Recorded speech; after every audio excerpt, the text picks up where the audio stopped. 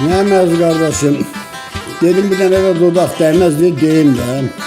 Allah rahmet eylesin ağillara.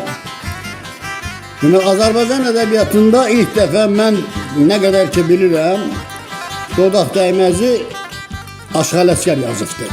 Ondan sonra Əzaflı Mikail yazıbdı. Herası bir 7-8 tane yazıb.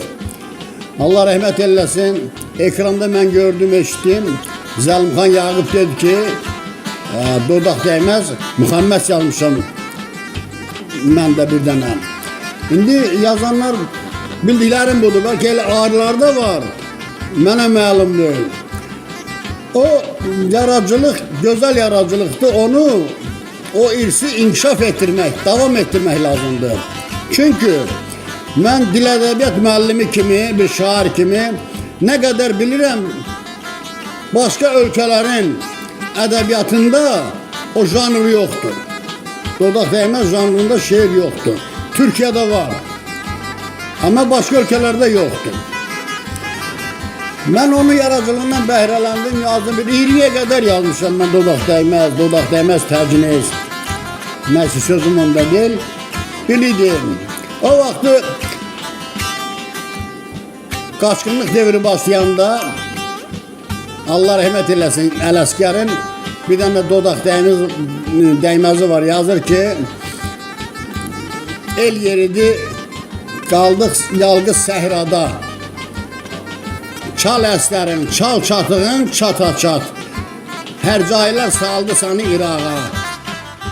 Həsrət əlin, yar əlinə çata-çat. Onun belə bir dodaq dəyməz var. Deməli, mən qaça-qaçda o misrə yadıma düşdü. Dədə Ələsgər deyir ki, el yeridir, yalqız qaldıq səhrada.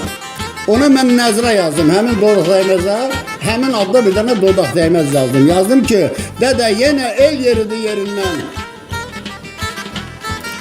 Ayırdılar candan canı çata-çat. Arxasızın arxasınca çarta-çart. Atır yağı, axır qanı çata-çat. Qaçqın qanı səhralara çiləndi.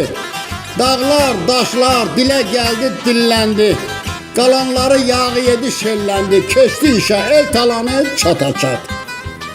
Şair elə el şairə sarışdı. Halallaşdı, için alışdı. Neçə insan halı qarışdı.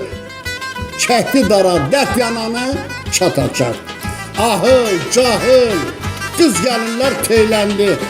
Dağlar açdı, aranında əyləndi. Sıxan dərddir, əli yanan sinəndi. Yana-yana gəz aranı çata-çat. Sağ olun.